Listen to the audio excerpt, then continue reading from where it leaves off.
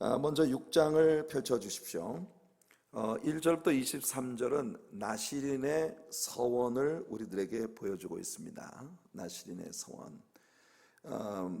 이 나시린이라고 하는 말은 히브리어의 나지르라고 하는 말을 한국말로 음역한 것입니다. 이 나지르라고 하는 말은 구별된 자, 구별된 자라는 그런 의미를 가지고 있어요. Being set apart, 이런 의미를 가지고 있습니다. 구별되었다.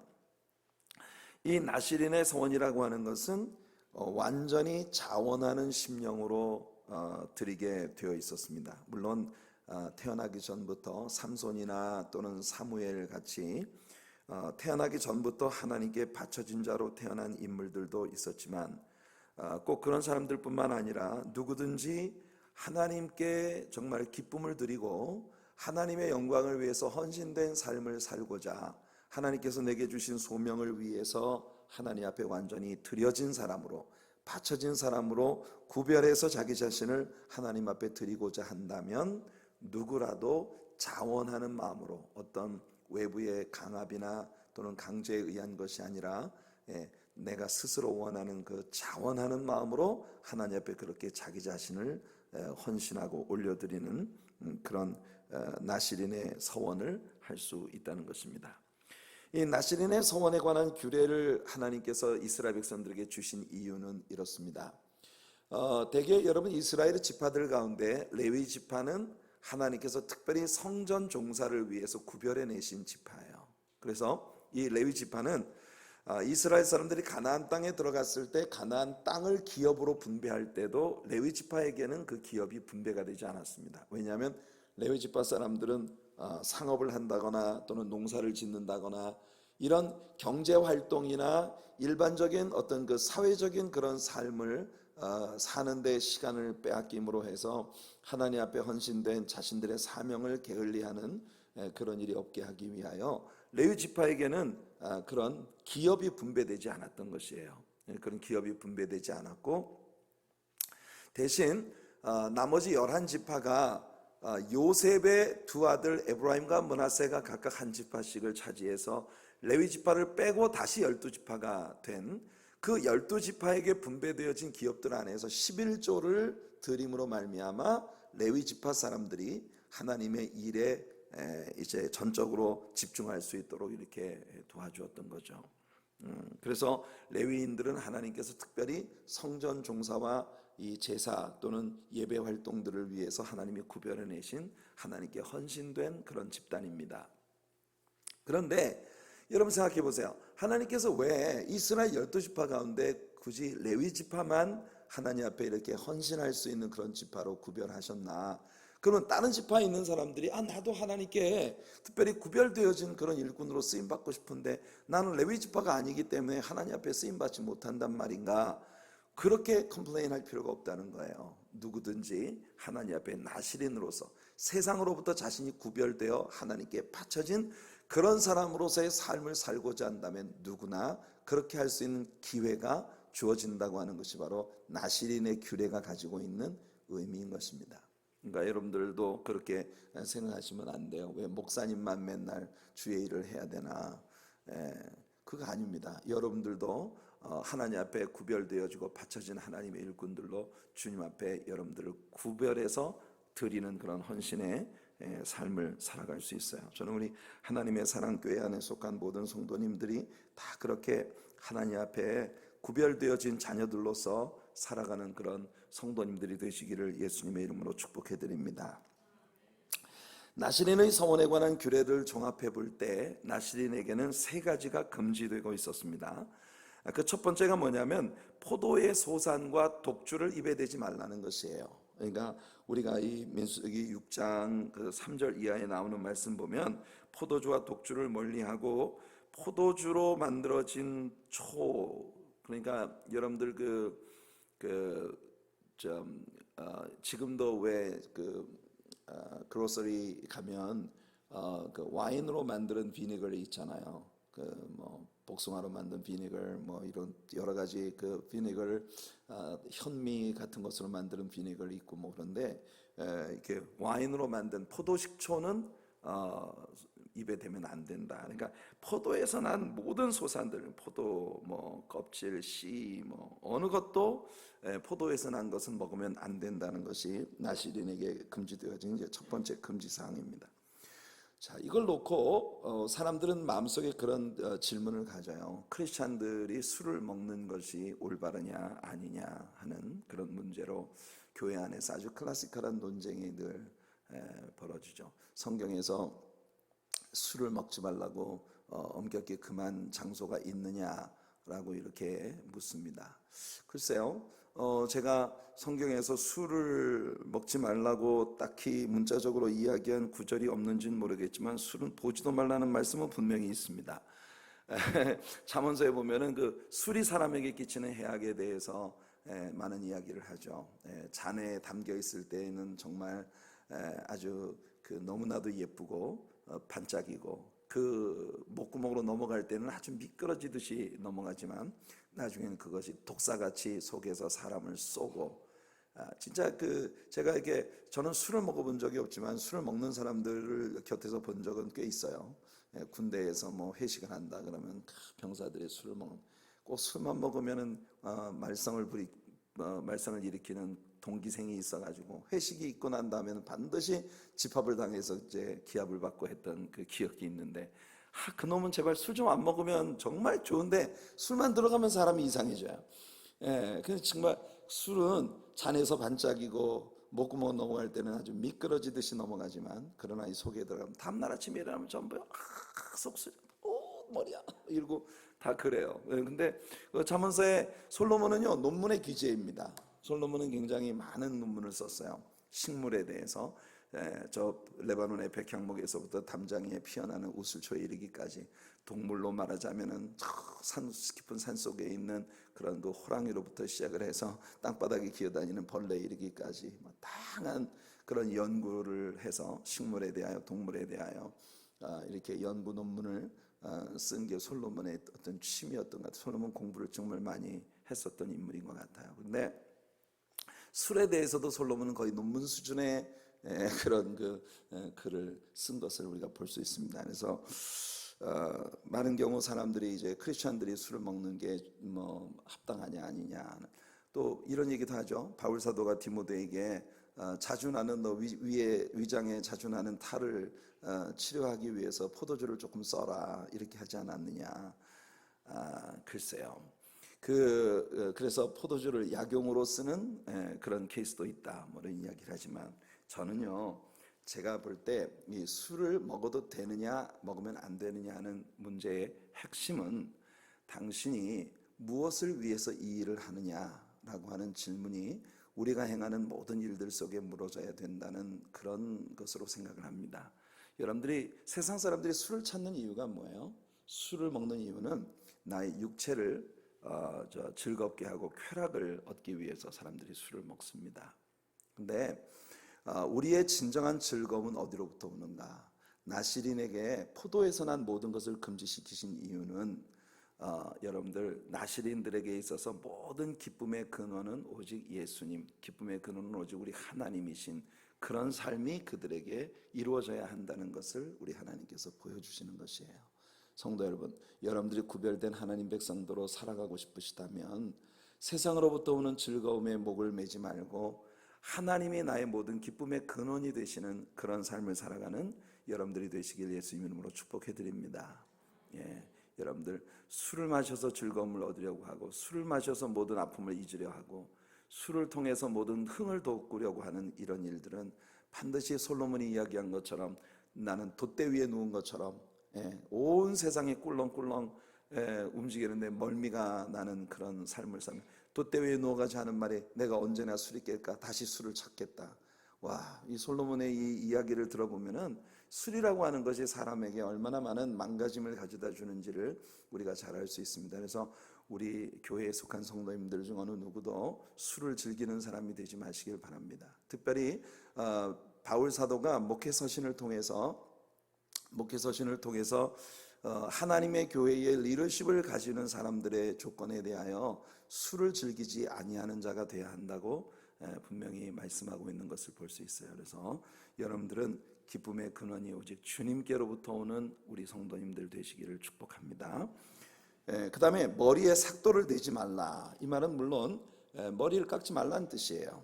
머리를 깎지 말는 것은 길게 머리를 깎지 말고 내버려 두라는 겁니다. 이발을 하지 말고 내버려 두라는 거죠.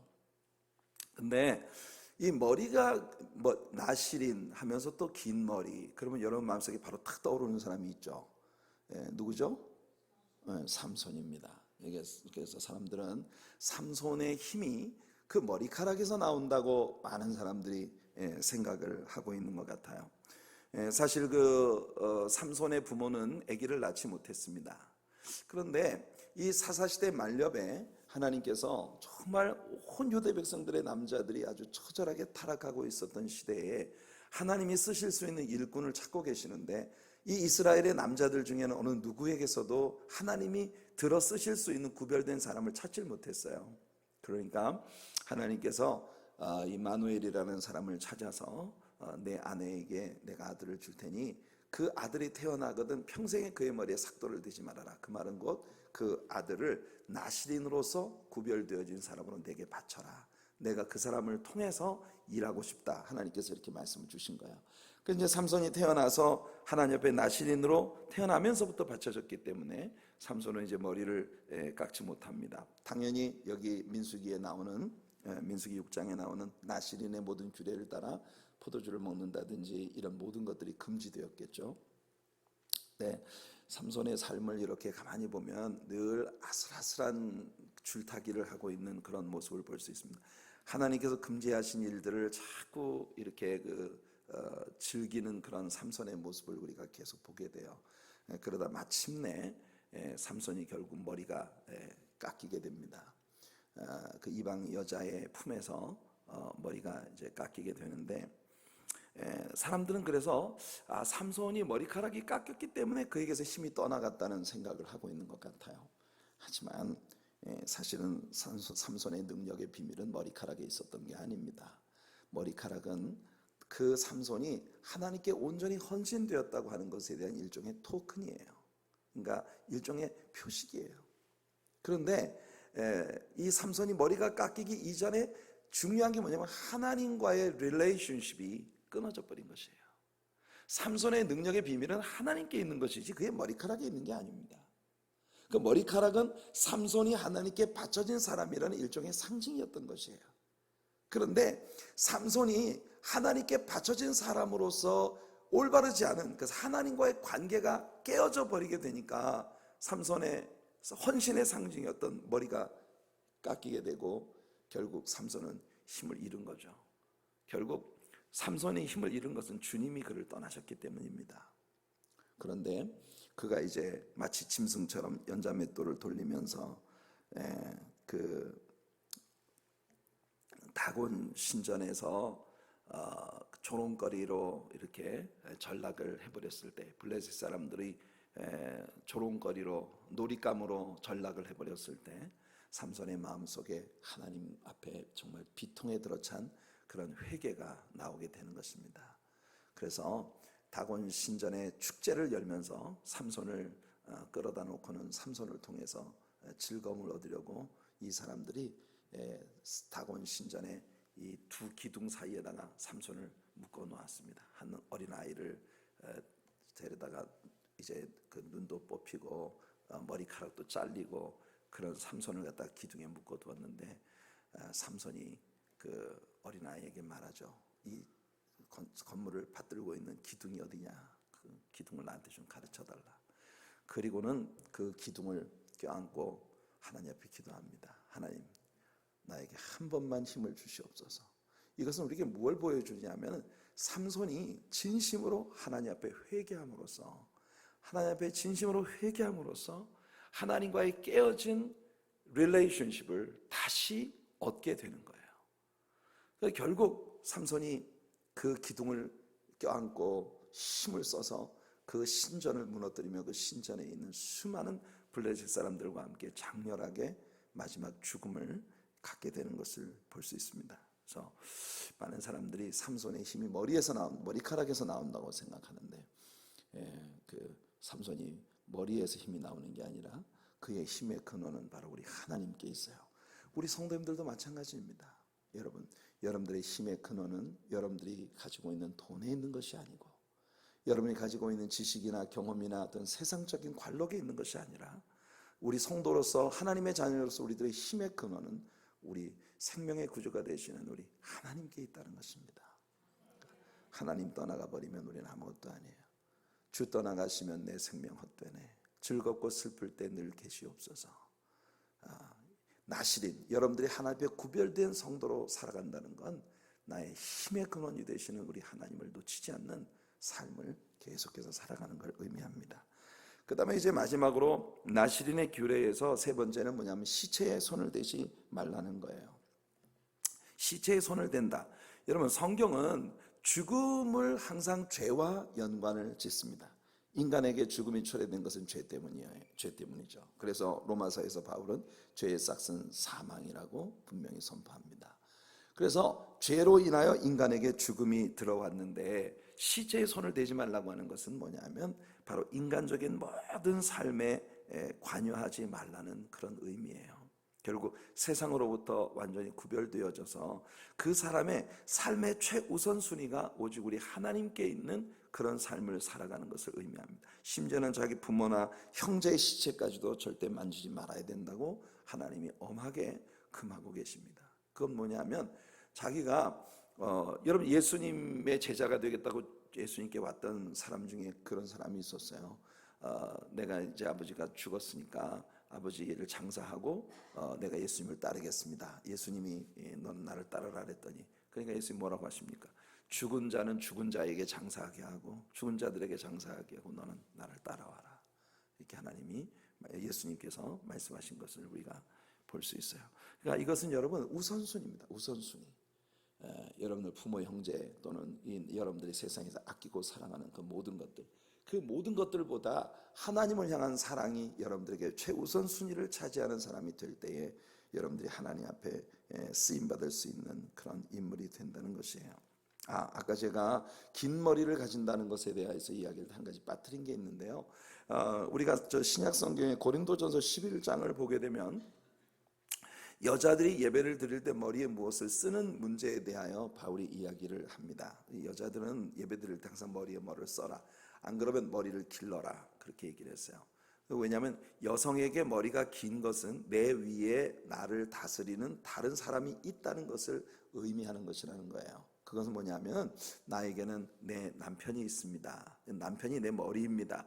여자가 긴 머리를 갖는 것은 그래서 나는 당당하게 결혼한 그런 그 wedded wife로서 나는 정말 이 사회에 아주 떳떳한 그런 구성원으로 사는 사람입니다라는 그런 고백이, 만일 머리가 길지 않으면 머리에 뭐를 쓰라고 얘기해서, 그렇지만 반대로 남자는 자기 위에 오직 주님만 계시는 그런 존재가 되어야 된다는 그런 개념이에요. 그래서 남자가 머리를 기르는 것은 남자에게 수치가 된다는 것을 본능으로 아는 것이다. 이게 고린도전서 11장 14절을 보면 바울이 딱 이렇게 말을 하고 있습니다.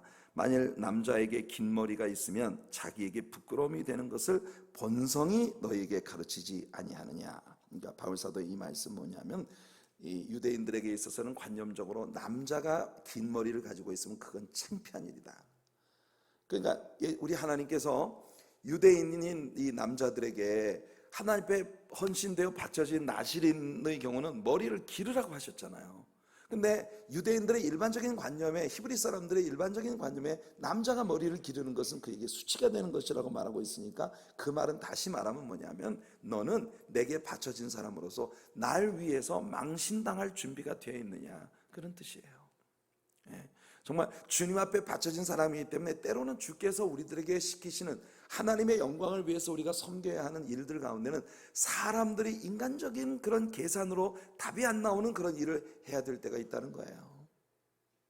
내가 재정적 능력이 없는데 하나님의 뜻을 위해서 내가 하나님 앞에 큰 헌금을 드려야 하는 그런 상황이 내게 벌어진다든지, 아니면 분명히 세상 모든 사람들이 우선순위를 이렇게 가지고 있는데 우리가 예수를 믿기 때문에 우리들의 삶은 우선순위가 완전히 업사이드 다운된, 거꾸로 뒤집혀진 그런 우선순위를 따라서 살아간다든지, 세상 사람들이 우리를 볼 때 아이고 저 예수쟁이 이런 것이 우리들에게 창피할지 모르지만 그러나 주님께 헌신된 사람들이기 때문에 우리는 세상의 가치관이 아닌 하나님의 가치관을 쫓아 살기 위하여 예수님과 함께 망신을 당할 준비가 되어 있느냐. 이것이 나시린이 머리를 길어야 하는 이유 중에 하나라고 하는 걸 우리가 성경에서 배우게 되는 것입니다. 이렇게 세 가지가 나시린에게는 금지되어 있었어요. 다 쉬운 것이 아닙니다. 세상적인 것으로부터 만족을 얻지 않고 오직 주님으로부터만 만족을 얻겠습니다. 또는 우리의 삶의 최우선 순위에 우리 주님을 두겠습니다. 그리고 내가 예수님을 위해서 창피를 당할 마음의 각오를 하고 그렇게 살겠습니다. 주님과의 이 사귐을 놓치지 않는 것, 주님과의 릴레이션십을 깨뜨리지 않는 것, 거기에 내 삶의 모든 것을 걸겠습니다라고 하는 이런 헌신이 있을 때 비로소 우리는 나즈이르, 구별됨을 받은 사람으로 하나님 앞에 쓰임받을 수 있다는 것이에요. 여러분들에게 하나님의 예수님을 믿고 구원받은 하나님의 자녀들로서 여러분들에게 이런 삶이 있게 되기를 축복합니다. 자, 민수기 6장 8절을 우리 한번 같이 읽어볼게요. 이렇게 구별된 삶을 사는 것이 쉽지 않지만 이렇게 구별되어진 나시린들에게 하나님이 주시는 축복의 약속이 있습니다. 8절 읽어볼게요. 시작. 자기의 몸을 구별하는 모든 날 동안 그는 여호와께 거룩한 자니라. 아멘. 여러분, 하나님께서는 이렇게 너희가 나에게 너희 자신을 구별하여 나시린으로 내게 바치면 네가 나시린으로 나에게 쓰임받는 그 기간 동안에 나는 너를 내 앞에서 거룩한 자로 인정해 주겠다. 하나님께서는 오늘날 우리들이 바라는 그런 축복들에 대한 언급을 전혀 하지 않으세요. 너희는 나의 성도가 될 것이다. 여러분들, 이것이 우리 하나님 앞에 인정받는 거룩한 자가 되는 것, 그것이 우리가 세상에서 얻고자 하는 최고의 상급인 우리 성도님들이 되시기를 소원합니다. 자, 22절부터 27절까지 한번 읽어볼게요. 그러니까 그 위쪽은 뭐 나시린에 관한 규례, 제가 지금 여러분들에게 설명해드린 나시린에 관한 규례를 담고 있고, 이제 22절부터 27절까지 6장에 남아있는 부분은요, 제사장들이 아론의 자손들, 이 대제사장들이 모든 제사가 끝날 때 성도들을 향해서 두 손을 들고 축복하는 그런 축복의 내용을 담고 있는 말씀입니다. 같이 읽어볼게요. 22절부터 27절 시작. 여호와께서 모세에게 말씀하여 이르시되 아론과 그의 아들들에게 말하여 이르기를 너희는 이스라엘 자손을 위하여 이렇게 축복하여 이르되 여호와는 내게 복을 주시고 너를 지키시기를 원하며 여호와는 그의 얼굴을 내게 비추사 은혜 베푸시기를 원하며 여호와는 그 얼굴을 내게로 향하여 드사 평강 주시기를 원하노라 할지니라 하라. 그들은 이같이 내 이름으로 이스라엘 자손에게 축복할지니 내가 그들에게 복을 주리라. 아멘. 자, 이 대제사장이 모든 성전에 제사하러 온 백성들을 향하여 두 손을 들고 이렇게 축복을 하라고 하나님 말씀하시는데, 하나님이 말씀하신 이 축복 가운데는 삼위일체 하나님의 축복의 역사가 아주 잘 묘사되고 있습니다. 첫째로 성부 하나님, 24절은요 성부 하나님의 축복을 우리들에게 보여주는 겁니다. 여호와는 내게 복을 주시고, 성부 하나님은 모든 복의 근원이 되시는 분이세요. 아멘. 우리들의 모든 축복의 소스가 되시는 분이 바로 우리 성부 하나님이십니다. 여호와는 내게 복을 주시고 너를 지키시기를 원하며, 성부 하나님은 우리에게 복 주시고 우리를 지키시는 하나님이세요. 그 다음에 25절을 보면요, 여호와는 그의 얼굴을 내게 비추사 은혜 베푸시기를 원하며, 이건 성자 예수 그리스도가 우리에게 주시는 축복이에요. 그 거룩하시고 복의 근원이 되시고 우리를 지키시는 그 성부 하나님의 얼굴을 우리를 향하게 하시는 분이 바로 예수님이시라는 겁니다. 그게 은혜예요. 십자가의 은혜예요. 보혈을, 예수 그리스도의 보혈을 통해 우리가 받은 은혜예요. 구속을 통해 우리가 받은 은혜예요. 그래서 은혜는 예수 그리스도의 십자가 사역으로 말미암아 복의 근원이 되시는 하나님이 그 얼굴빛을 우리를 향하게 하시는, 이게 바로 아버지여 저들의 죄를 용서하여 주옵소서 저들은 저들이 하는 일을 알지 못함이니이다. 예수님의 그 간구는 하나님의 얼굴을 그 성도들을 향하게 만들어 주신 것이에요. 그게 성자 예수님의 은혜입니다. 그 다음 26절은 성령 하나님의 축복이에요. 성령 하나님의 축복은 어떻게 나타납니까? 여호와는 그 얼굴을 내게로 향하여 드사 평강 주시기를 원하노라 할지니라. 와우. 여기 보면 여호와 하나님, 성부 하나님께서 예수 그리스도의 십자가의 은혜로 성도들을, 그 얼굴을 성도들로 향하게 하셨는데, 성령님은 그 일반적으로 성도들을 향하고 있는 그 얼굴을 우리 각자를 향하여 들게 하시는, 그러니까 우리 각자 개인적으로 축복의 근원 되시는 하나님의 은혜의 얼굴빛을 우리들에게 내 것이 되게 만들어주시는 그런 축복, 이게 성령 하나님께서 우리들에게 주시는 복이에요. 그래서 하나님의 얼굴빛이 일반적으로 뭉뚱그려서 우리 교회를 향하고 있다, 이게 아니라 여러분 개개인을 향하여 그 하나님의 얼굴을 들게 하시는, 그래서 여러분들의 삶에 주님의 평강이 넘치게 하시는 그런 은혜가 임하게 될 것을 말씀하고 있습니다. 그래서 이것은 성부, 성자, 성령 삼위일체 하나님의 축복하심을 언급하고 있는 그런 말씀이에요. 중요한 것은 대제사장으로서 아론이 손을 들고 이스라엘 백성들을 위해서 이 말씀으로 축복을 할 때 하나님께서 내가 이스라엘 백성들에게 복을 주겠다고 약속하고 계시다는 거예요. 그래서 여러분들이 예배를 드릴 때 예배 끝에 목회자들이 성도들을 향해서 성도들을 위하여 축도를 하는 그 내용이 사실은 이 두 가지예요. 민수기 6장에 나오는 이 제사장의 축복과 그 다음에 바울 서신의 끝에 나오는 바울의 문안 인사, 예수 그리스도의 은혜와 하나님의 사랑과 성령의 교통하심이 너희 무리와 항상 함께 있을지어다, 이렇게 바울이 빌었던 그런 이 두 가지가 믹스된 것이 바로 베네딕션입니다. 예배의 마지막 축복이에요. 자, 여러분들 주의 종들이 믿음으로 여러분들을 그렇게 축복할 때 하나님께서 여러분들에게 복을 주시겠다고 약속하셨어요. 그러니까 예배는요 필사적으로 참석하시기 바랍니다. 아멘. 예배는 필사적으로 참석하시기 바라요. 자, 7장으로 들어갑니다. 7장은요 이스라엘의 12지파의 족장들이 하나님께 가지고 온 예물들을 우리들에게 보여주는 챕터예요. 근데 이 민수기 7장은 정말 remarkable한, 정말 주목할 만한 그런 그 챕터입니다. 왜 그러냐면 이 장은 여러분 기억해 두세요. 성경 퀴즈에 나옵니다. 성경 전체에서 제일 긴 장이 어디예요? 예? 시편 119편이죠. 시편 119편은 히브리어 알파벳 22글자를 알레벳 기멜 달다 와우 자인 헤스테스 요스 카플 라멕 멘눈 사메 가인 페차데 코블레신 타우, 이 22글자의 히브리어 알파벳에 각 알파벳마다 8절씩을 부여해서 아크로스틱으로 쓴 시편입니다. 시편 119편은 히브리어의 22글자의 알파벳에 각각 8절씩을 할애했으니까 전부 176절이에요. 그래서 시편 119편은 176절을 가진 성경에서 제일 긴 장입니다. 그럼 성경에서 두 번째로 긴 장이 어디냐? 바로 민수기 7장이에요. 이 민수기 7장은 시편 176절을 가지고 있는 시편 119편 이외에 성경에서 두 번째로 긴 장입니다. 모두 89절로 되어 있어요. 89절, 굉장히 긴 챕터이죠.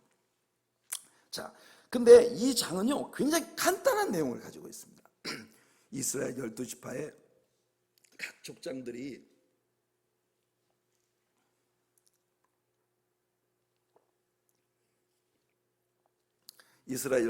각 족장들이 하나님께 올려드린 예물의 목록을 적고 있는 장이 바로 7장이에요. 근데 보세요, 성경에서 제일 긴 챕터는 모든 초점이 어디에 맞춰져 있어요?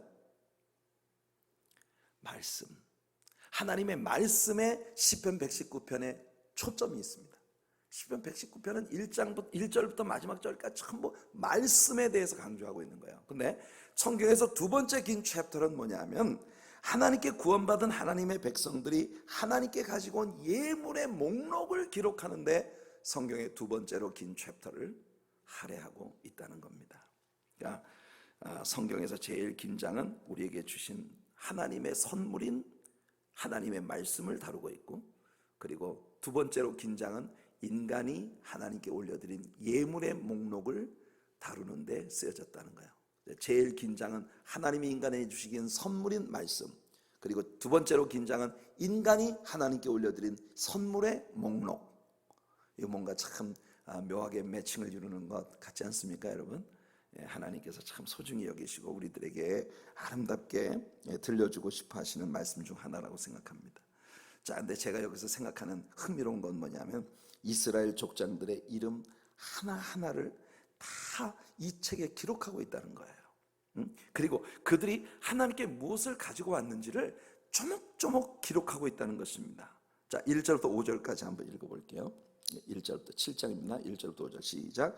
모세가 장막 세우기를 끝내고 그것에 기름을 발라 거룩히 구별하고, 또 그 모든 기구와 제단과 그 모든 기물에 기름을 발라 거룩히 구별한 날에 이스라엘 지휘관들 곧 그들의 조상의 가문의 우두머리들이요 그 지파의 지휘관으로서 그 계수함을 받은 자의 감독된 자들이 헌물을 드렸으니, 그들이 여호와께 드린 헌물은 덮개 있는 수레 6대와 소 12마리이니 지휘관 2사람의 수레가 하나씩이요 지휘관 1사람의 소가 1마리씩이라.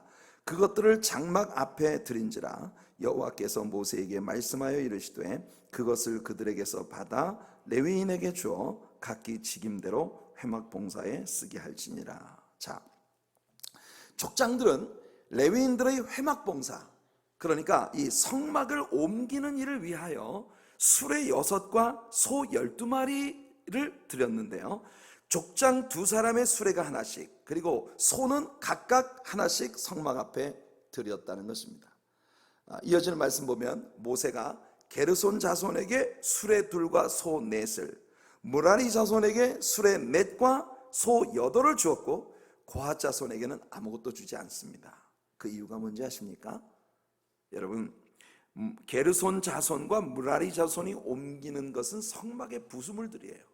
그런데 고핫 자손이 옮기는 건 뭐냐면 모두 지성소 안에 있는, 그리고 성소 안에 있는 이 도구들을 옮기는 게 고핫 자손의 역할입니다. 이것들은 전부 채를 그 고리에 꿰어서 어깨에 메고 운반하게 되어 있는 것들이에요.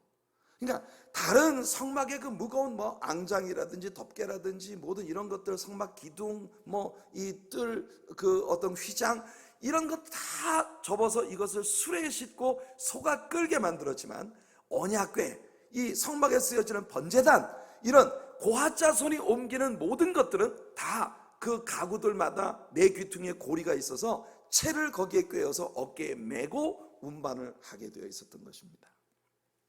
이 일은 나중에 우리가 역사서를 공부할 때 아주 중요한 교훈을 우리에게 가져다주는 그런 부분이에요. 자, 12절부터 17절까지 한번 읽어보겠습니다. 12절부터 17절 시작. 첫째 날에 헌물을 드린 자는 유다지파 암미나답의 아들 나손이라. 그의 헌물은 성소의 세겔로 130세겔 무게의 은반 하나와 70세겔 무게의 은발이 하나라.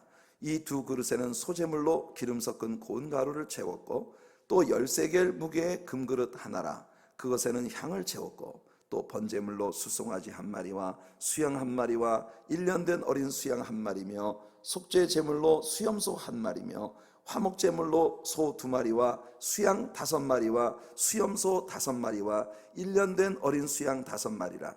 이는 암미나답의 아들 나손의 헌물이었더라. 여러분, 한번 물어볼게요. 여러분, 혹시 나손이 누군지 아십니까? 이 나손이란 인물이 누군지 여러분 아십니까? 모르시죠? 그는 유다지파 암미나답의 아들이라고 했습니다. 저는 나손이 누군지도 모르겠고 유다지파의 암미나답이 누군지도 잘 모릅니다. 저는 이 사람에 대해 별로 관심이 없어요. 이 사람은 나의 구원과 성경이 내게 주는 일반적 교훈과 별 상관이 없어 보이기 때문입니다. 다만 그가 이러이러한 예물을 하나님께 드렸다는 것에 대해서만 제가 알 뿐이에요. 왜냐하면 성경이 기록하고 있으니까.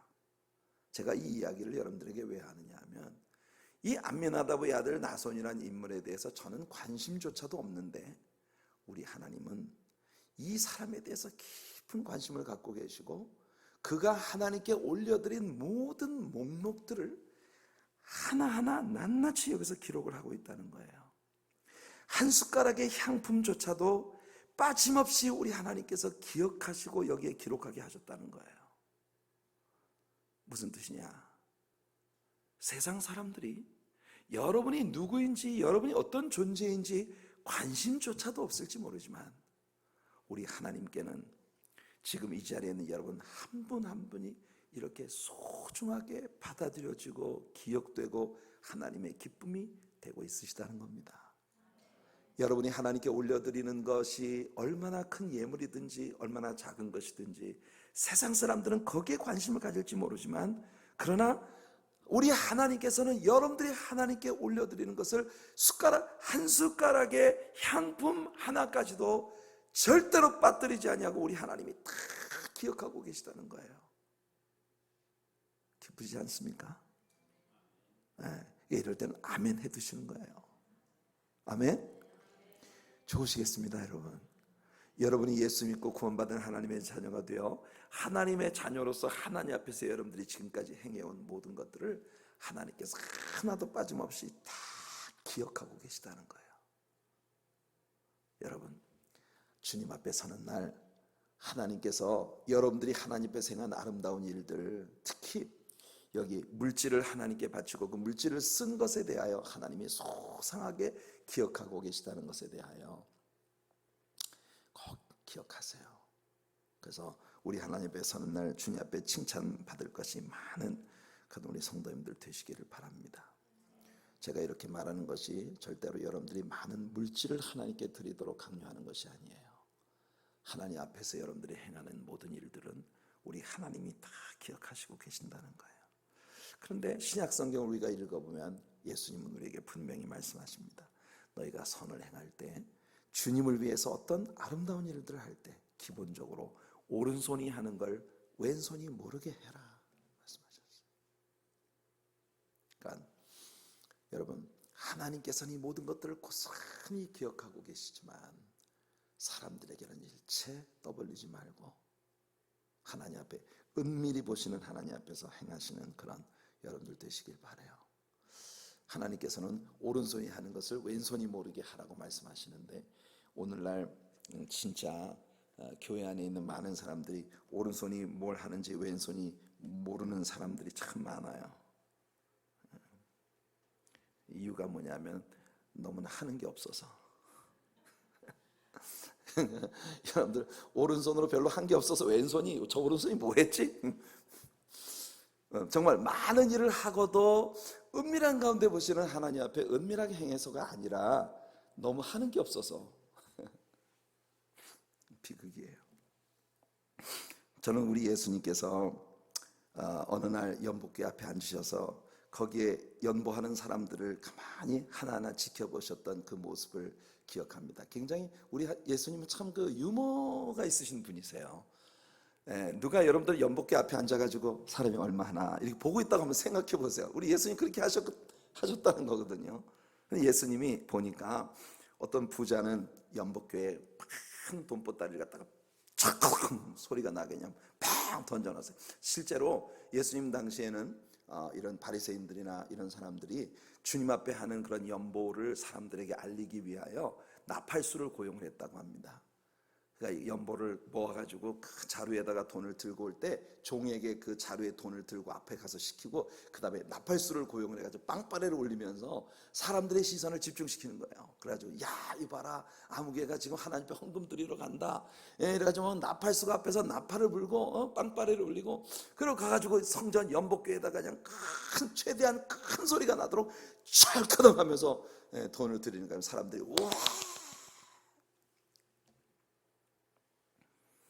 근데 예수님이 보시니까 과부 한 사람이 촉촉히 젖은 눈으로 주님께 나와 고개조차 들지 못하고 최대한 소리가 나지 않도록 그 동전 두 잎을 연복궤에 떨어뜨리는데 어떻게 하면 소리가 최대한 안 날 수 있을까?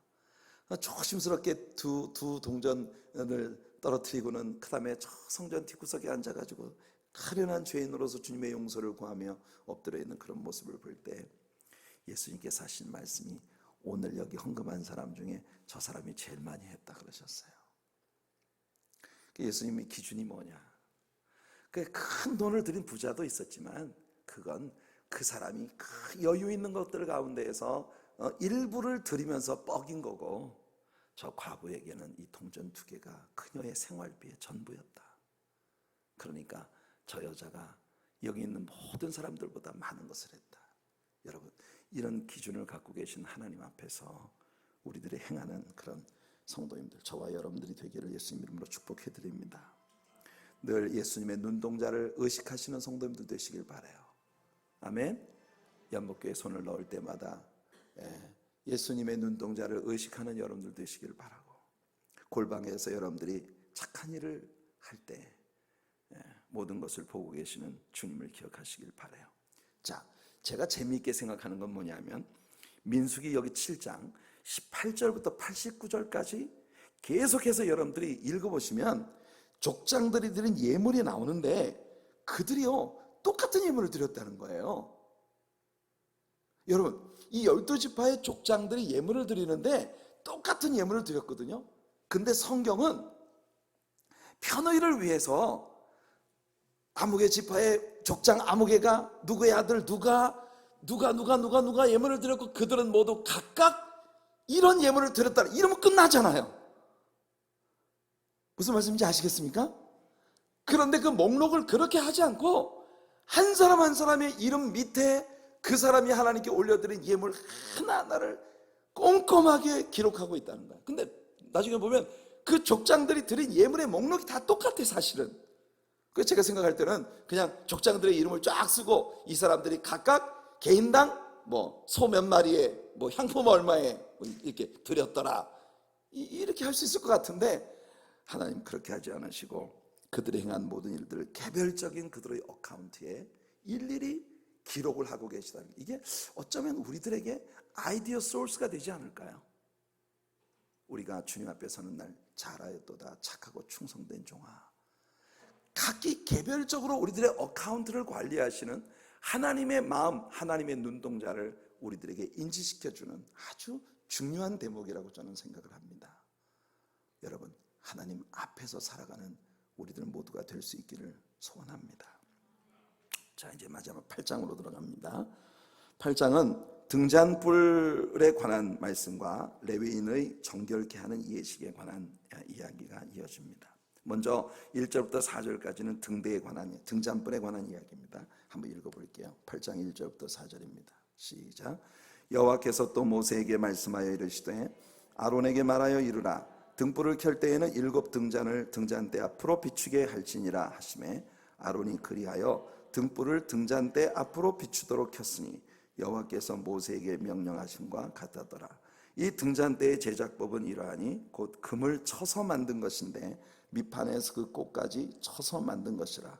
모세가 여호와께서 자기에게 보이신 양식을 따라 이 등잔대를 만들었더라. 네, 우리는 이 성막에 이런 등잔 같은 것을 만드는데 오홀리압과 브살렐이라고 하는 사람을 하나님께서 특별히 지명하시고 그들에게 성령의 감동을 주셔서 예술성을, 창의력을 그들에게 주셔서 그들로 하여금 공교한 이와 같은 작품들을 하나님 앞에 만들도록 하셨다는 걸 이미 출애굽기를 공부하면서 우리는 배운 바 있습니다. 네, 여러분, 이 등잔을 만드는 이 등잔은 예수님을 의미합니다. 이 등잔을 만들 때는 금덩이를 갖다 놓고 오직 망치를 가지고, 그러니까 틀을 만들어서 거기에 부어가지고 만든 게 아니고 금덩이를 놓고 그것을 망치로 두드려 가지고 그 두드리기만 하는 공법을 통해서 이 등잔을 만들었다는 거예요. 그러니까 참 얼마나 놀라운 예술성을 가지고 있습니까? 예, 그렇게 hammered work 혹은 beaten work, 두드리는 공법을 통해서 이 등잔을 만들었다는. 그래서 여러분, 이 등잔은요 망치로 두드려 맞은 정금, 상징성을 가지고 있는 겁니다. 정금과 같이 고귀한 하나님이신 예수님께서 사람들에게 매를 맞으시고 해머를 당한 거죠. 예, 못 박히고 그렇게 고난을 받으심으로써 예수님이 세상을 비추는 등불이 되신 것을 보여주는 그런 상징적인 그림이에요. 정금, pure gold, 이 정금이라고 하는 것은 예수님의 신성을 의미합니다. 신성을 가지신 하나님이신 예수 그리스도께서 오셔서 매를 맞으시고 고난을 받으시고 그렇게 함으로써 우리들에게 성령을 부어주신 거예요. 이 등대의 불빛은 바로 성령님의 역사를 이야기하는 것입니다. 성령님은 고난받으신 예수님으로 말미암아 우리에게 보내어 주셨어요. 내가 아버지께로 가는 것이 너희들에게 실상한 유익이라. 왜냐하면 내가 아버지께로 가면 너희를 위하여 다른 보혜사를 보내줄 것이라고 예수님이 약속하신 것입니다. 그래서 이제 이 등대, 성전 안에 있는 등대는 예수 그리스도를 나타내는 상징적인 그런 물건이었어요. 성령의 불빛으로 비추임을 받는 저와 여러분들이 되기를 예수님 이름으로 축복해 드립니다. 하나님의 말씀대로 아론은 등불을 등잔 자체를 청하게 빛내도록 등잔을 향하여 비추도록 이 등불을 켰다고 말하고 있습니다. 그 참 신비한 일이에요. 촛대는 원래 밑에가 어둡습니다. 그렇죠? 등잔 밑이 어둡다 그러잖아요. 근데 이 금촛대는 특별한 디자인이 그 촛대 자체를 청하게 비추도록 그렇게 디자인되어 있다는 것입니다. 그 어떤 예술성이에요. 이것은 뭐냐면 우리 성도의 삶은 성령의 충만을 받아서 빛을 내는데 우리 자신을 빛내는 게 아니라 순금등대이신 예수 그리스도를 세상에 환하게 드러내는 것. 무슨 일을 하든지 예수님만 드러내고 예수님만 높이려고 하는 것. 그것이 우리들의 삶이 되어야 한다는 것을 이 말씀을 통해서 우리는 배우게 되는 것이에요. 그런데 이 등불을 켜는 행위는 이스라엘 족장들의 예물을 하나님께 드리는 것과 뒤이어 나오는 레위인들의 정결 예식의 중간에 위치하고 있다는 것 또한 우리는 놓치지 말아야 합니다. 이것은 우리가 아버지 앞에서 행하는 모든 일들이 하나님의 임재하심의 빛 안에서 행해져야 된다는 것을 보여주는 거예요. 하나님께 예물을 드리는 일이나 하나님을 위하여 봉사하는 일체의 행위들은 모두 성령의 조명 아래에서 이루어져야 된다는 것입니다. 할렐루야. 여러분들이 교회 안에서 행하는 모든 일들은 여러분들의 감정으로부터 나오는 것이어서는 안 돼요. 인간적인 야망과 욕심으로부터 나오는 것이어서는 안 돼요. 오직 하나님의 성령의 비추임 안에서 행하는 것이 될 때 하나님께서 기쁘게 받아들여 주시는 것이 된다는 겁니다. 마태복음 5장 14절로 16절까지 예수님 말씀을 한번 읽어봅시다. 성도의 삶은 그 자체가 성령으로 충만하여 세상을 향한 빛의 삶이 되는 것이라는 걸 예수님이 선포하시고 계세요. 마태복음 5장 14절부터 16절입니다. 같이 읽어볼게요. 시작. 너희는 세상의 빛이라. 산 위에 있는 동네가 숨겨지지 못할 것이요 사람이 등불을 켜서 말 아래에 두지 아니하고 등경 위에 두나니 이러므로 집안 모든 사람에게 비치느니라. 이같이 너희 빛이 사람 앞에 비치게 하여 그들로 너희 착한 행실을 보고 하늘에 계신 너희 아버지께 영광을 돌리게 하라. 아멘. 이것이 우리들의 삶의 정체가 되기를 축복합니다. 사람들 앞에 빛을 비추어서 사람들이 우리들의 착한 행실을 보고 우리들의 하늘에 계신 아버지께 영광을 돌리게 하는 것, 그것이 크리스천들의 삶의 궁극적인 목표예요. 나 주님의 기쁨 되기 원하네. 오늘 찬양을 드렸습니다만 오늘 이 말씀을 여러분들에게 증가하는 저 자신부터 얼마나 많은 우리들의 삶이 하나님의 영광을 세상 사람들 앞에서 가리게 되는지, 이 부분들에 대하여 우리가 하나님 앞에 오늘 밤 마음을 내려놓고, 하나님, 우리가 세상 사람들에게 성령의 빛을 비추어 우리 주님께 세상 모든 사람들이 영광을 돌리게 하는 그런 삶을 살아가게 하옵소서. 그것이 오늘 우리들의 기도가 되기를 간절히 소원합니다. 이제 나머지 부분은 레위인들의 정결 예식에 관한 말씀이에요. 우리 5절과 6절을 한번 읽어보겠습니다. 5절 6절 시작. 여호와께서 모세에게 말씀하여 이르시되 이스라엘 자손 중에서 레위인을 데려다가 정결하게 하라.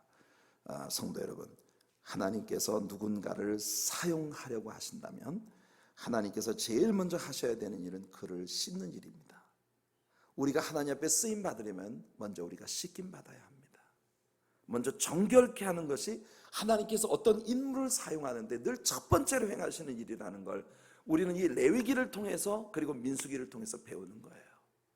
여러분, 하나님 앞에서 우리 깨끗하게 되도록 기도합시다. 7절 8절을 읽어보겠습니다. 흥미로운 말씀이 나옵니다. 7절 8절 시작. 너는 이같이 하여 그들을 정결하게 하되 곧 속죄의 물을 그들에게 뿌리고 그들에게 그들의 전신을 삭도로 밀게 하고 그 의복을 빨게 하여 몸을 정결하게 하고 또 그들에게 수송아지 한 마리를 번제물로 기름 섞은 고운 가루를 그 소제물로 가져오게 하고 그 외에 너는 또 수송아지 한 마리를 속죄제물로 가져오고. 예. 여러분이 레위라고 하는 사람은 야곱의 12아들 중에 하나입니다. 그런데 야곱이 죽음의 침상에서 그의 아들들을 위해서 기도할 때 이 레위에 대해서 뭐라고 언급했는지를 창세기 49장 5절부터 7절까지 말씀해서 제가 읽어드리겠습니다. 야곱이 말합니다. 시므온과 레위는 형제요 그들의 칼은 폭력의 도구로다. 내 호나 그들의 모의에 상관하지 말지어다. 내 영광아 그들의 집회에 참여하지 말지어다. 그들이 그들의 분노대로 사람을 죽이고 그들의 혈기대로 소의 발목 힘줄을 끊었음이로다. 그 노여움이 혹독하니 저주를 받을 것이요 분기가 맹렬하니 저주를 받을 것이라. 내가 그들을 야곱 중에서 나누며 이스라엘 중에서 흩으리로다. 와우, 이 말씀은요 놀라운 예언입니다. 사실 레위 지파는 야곱 중에서 이스라엘 지파 가운데서 나뉘어진 지파입니다. 분명히 구별된 지파예요. 그러니까 야곱의 이 기도가 그대로 이루어졌는데 사실은 그들이 하나님의 영광을 위해 따로 구별된 지파이긴 하지만 그들의 탁월함 때문에 그들이 선택을 받은 건 절대 아니라는 걸 야곱은 이 기도를 통해 분명히 하는 거예요. 원래 레위라고 하는 사람은 굉장히 잔혹한 성품을 가지고 있어서 여러분 그 세겜 땅에서 이 시므온과 레위가 그 야곱의 집안을 크게 망신스럽게 한 일을 행했던 것을 우리가 보았지 않습니까? 그런데 이 일을 야곱이 염두에 두고 이야기한 거예요. 여러분 이게 레위인들의 모습이면 사실은 하나님께 쓰임받아야 할 저와 여러분들의 모습이라는 거예요. 우리들 안에는 정말 더러움이 있고 거기다가 정말 우리에겐 못된 성품들이 있고 우리에게는 그저 남을 막 해치려고 하고 모든 핑계를 남에게 대려고 하고 모든 내 잘못을 남에게 전가시키려고 하는 이 레위와 같은 잔혹한 성품, 못된 성품이 우리에게 있단 말이에요. 그래서 야곱이 말했습니다. 내 영혼아 저들의 모의에 참여하지 말지어다. 야, 여러분 우리 저와 여러분들 그리스도인으로 세상을 살고 있는 우리들을 영적으로 따지고 보면 사실은 우리가 씻김 받기 전에는 하나님이 우리들의 모의에 절대로 함께 하실 수 없는 그런 존재들입니다. 그런데 여러분 우리가 하나님의 구별됨을 받은 자녀들로 주님께 쓰임받는 건 절대 우리의 탁월함 때문이 아니라 우리를 긍휼히 여기사 우리를 사용하시려고 우리를 구별하여 내시고 우리를 씻어주신 하나님의 은혜 때문에 우리는 하나님께 쓰임받을 수 있게 되었다는 것이에요. 참으로 가슴 떨리는 그런 일이죠. 레위 지파 사람들은 물두멍에서 씻김을 받았습니다. 노소로 만든 물두멍은 고난받으신 예수 그리스도를 상징하고 거기에 고인물은 예수 그리스도의 보혈 혹은 하나님의 말씀을 의미한다는 것을 우리가 배웠어요. 그래서 말씀과 그리스도의 보혈로 깨끗하게 씻김받고 성령의 가책하심 앞에서 우리가 회개하고 예수 그리스도의 피로 씻김 받을 때 우리는 하나님의 일꾼으로서 쓰임받을 수 있다는 것입니다. 자, 레위인들이 정결하게 되는 데는 4가지 단계가 있었어요. 첫 번째 단계는 뭐냐면 먼저 속죄의 물로 뿌림을 받아야 했습니다. 예수께서 제자들의 발을 씻기실 때 베드로가 거부하자 예수님께서 베드로에게 말씀하셨어요. 내가 너를 씻기지 아니하면 너와 나는 상관이 없다. 그러니까 모든 것은 이 씻김을 통해서 시작이 되는 거예요. 그 아들 예수 그리스도의 피밖에는 우리를 씻을 길이 없습니다. 하나님께 쓰임 받으려면 우리는 씻김 받아야 합니다. 그리스도의 보혈로. 아멘. 요한일서 1장 7절에 그가 빛 가운데 계신 것 같이 우리도 빛 가운데 행하면 우리가 서로 사귐이 있고 그 아들 예수의 피가 우리를 모든 죄에서 깨끗하게 하실 것이요. 그 아들 예수 그리스도의 피가 우리를 어떻게 깨끗하게 합니까? 1장 9절을 보면 만일 우리가 우리 죄를 자백하면 그는 미쁘시고 의로우사 우리의 죄를 사하시며 우리를 모든 불의에서 깨끗하게 하실 것이요. 자, 그래서 먼저 씻김 받는 것이 첫 번째 단계예요. 레위인을 정결케 하는 예식의 두 번째 순서는 그들의 온몸을 삭도로 미는 겁니다. 면도날로. 그러니까 이 사람들은요 온 전신에 있는 털을 면도날로 다 밀어야 했어요. 그러니까 하나님 앞에 쓰임받는 제사장이 되기 위해서. 이건 우리들에게 아주 중요한 교훈을 줍니다. 여러분, 하나님의 말씀은 좌우에 날선 어떤 검보다도 예리하고 날카로워 우리 영과 혼감이 관절과 골수를 찔러 쪼개기까지 하신다. 히브리서 4장 12절이 그렇게 말씀을 하고 있는데, 바로 그 양날을 가진 면도날처럼 그렇게 날카로운 하나님의 말씀으로 우리의 몸에 있는 모든 죄악의 깊은 뿌리까지 싹 정결하게 도려낼 때 우리가 하나님 앞에 쓰임받을 수 있는 준비가 된다는 거예요. 그 다음에 세 번째 순서는 그들의 옷을 빠는 일입니다. 사람의 옷은 그의 행위와 삶의 모습을 의미하는 것이에요. 때때로 우리는 우리들의 옷을 빨아야 할 필요가 있습니다. 왜냐하면 우리들의 행동들이 세상 사람들을 향한 우리들의 간증을 파괴시킬 수 있기 때문이에요. 마지막 순서는 속죄의 제사를 드리는 것입니다. 수소 한 마리로 번제를 바치고 소제 곧 화목제를 드리고 또한 어린 송아지 한 마리를 잡아서 속죄의 제사를 드렸습니다. 이 제사들에 대해서 순서와 그 의미들은 우리가 이미 충분히 레위기를 통해서 배운 바 있습니다. 이렇게 정결케 하는 예식이 끝나고 나면 이스라엘 자손이 회중 앞에서 그들에게 안수를 했고, 아론이 이스라엘 자손을 위해 레위인을 요제로 여호와 하나님 앞에 올려드렸다는 것입니다. 여러분, 이것은 마치 오늘날 사람들 가운데서 목사 혹은 장로나 또는 시무집사, 안수집사 이런 사람들을 세우기 위해 백성들 앞에서 안수하는 그런 예식과 같은 개념을 가지고 있는 것이에요. 자, 마지막으로 24절부터 26절까지 읽겠습니다. 24절부터 26절이에요. 시작. 레위인은 이같이 할지니 곧 25세 이상으로는 회막에 들어가서 복무하고 봉사할 것이요 50세부터는 그 일을 쉬어 봉사하지 아니할 것이나